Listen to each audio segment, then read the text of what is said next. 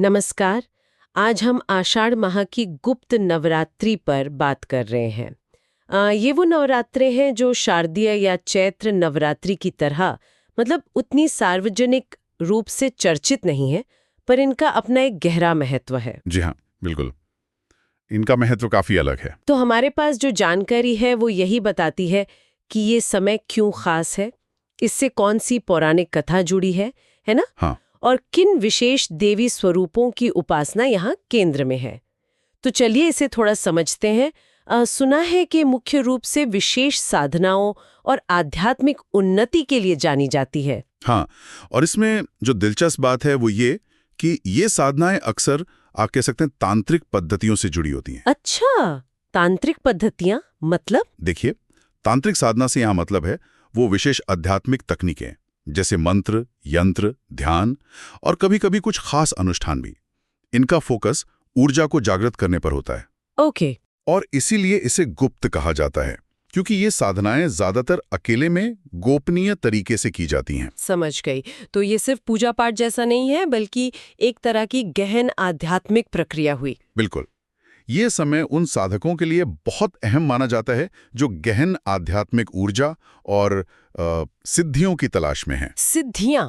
जैसे कोई खास शक्तियां? हाँ, सिद्धि का मतलब है विशेष आध्यात्मिक क्षमताएं पाना, जैसे किसी मंत्र में महारत हासिल करना या चेतना के ऊंचे स्तर पर पहुंचना, इस तरह की चीजें। अच्छा। और मानते हैं कि इस दौरान जो साधना की जाती है उससे कई तरह के लाभ होते हैं, मानसिक भी, आर्थिक भी और आध्यात्मिक तो है ही।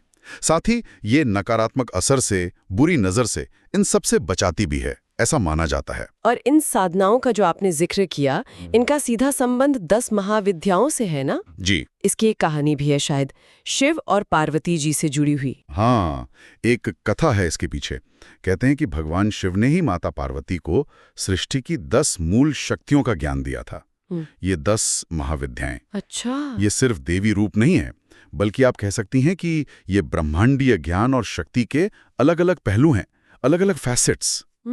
तो कहानी के अनुसार पार्वती जी ने जिज्ञासा दिखाई और तब शिव जी ने इन गुप्त शक्तियों का रहस्य उन्हें बताया। वाह! और यही 10 महाविद्याएं गुप्त नवरात्रि की आराधना का केंद्र बन गई। बिल्कुल। तो कौन है ये महाविद्याएं और इनका क्या खास महत्व है इस साधना में? थोड़ा इनके बारे में बताएं। जरूर। देखिए, ये जो 10 महाविद्याएं हैं, ये ज्ञान, शक्ति, सौंदर्य, मोक्ष, इन सब के अलग-अलग रास्ते दिखाती हैं। जैसे माँ काली हैं, वो समय और परिवर्तन की शक्ति मानी जाती हैं। कहा जाता है कि वो भय पर विजय दिलाती हैं। फिर माँ तारा हैं, जो ज्ञान और मोक्ष की ओर ले जाती हैं। त्रिपुरा सुंदरी हैं, जो सौंदर्य, प्रेम और सृष्टि की पूर्णता, उसकी परफेक्शन का प्रतीक हैं। तो इनमें उग्र रूप भी हैं और सौम्य भी, एक तरह का संतुलन है। ये तो बहुत दिलचस्प है कि हर देवी एक बिल्कुल अलग पहलू को दर्शाती हैं। बाकियों के बारे में भी कुछ बताइए। हाँ, जैसे भुवनेश्वरी हैं, उन्हें ब्रह्मांडीय विस्तार मतलब स्पेस, उसकी देवी माना जाता है। भैरवी हैं, जो तीव्र ऊर्जा और विनाश की शक्ति हैं, लेकिन यहाँ विनाश का मतलब नकारात्मकता का विनाश है। वो साधक को संकल्प शक्ति देती हैं। ओके। फिर छिन्नमस्ता हैं, ये आत्म बलिदान और कुंडलिनी जागरण से जुड़ी एक कह सकते हैं कि बहुत तीव्र शक्ति मानी जाती है। समझ रही हूँ। और फिर धूमावती, बगलामुखी, मातंगी और कमला भी हैं। उनका क्या महत्व है? जी, धूमावती को अक्सर दुर्भाग्य या निराशा से मुक्ति और वैराग्य से जोड़ा जाता है। थोड़ी अलग देवी हैं। बगलामुखी को स्तंभन शक्ति की देवी मानते हैं, मतलब वाणी पर नियंत्रण या शत्रुओं को वश में करना। अच्छा। हाँ, मातंगी कला, संगीत, विद्या, इन सब की देवी हैं। और अंत में माँ कमला, ये तो लक्ष्मी जी का ही स्वरूप मानी जाती हैं। तो स्वाभाविक है कि ये धन, समृद्धि, ऐश्वर्य प्रदान करती हैं। वाह! तो आप देख सकती हैं कि ये 10 महाविद्याएं मिलकर जीवन और अध्यात्म के लगभग हर पहलू को कवर कर लेती हैं। हाँ, ये तो सचमुच बहुत व्यापक है। तो इसका मतलब ये हुआ कि गुप्त नवरात्रे सिर्फ एक धार्मिक अनुष्ठान भर नहीं है।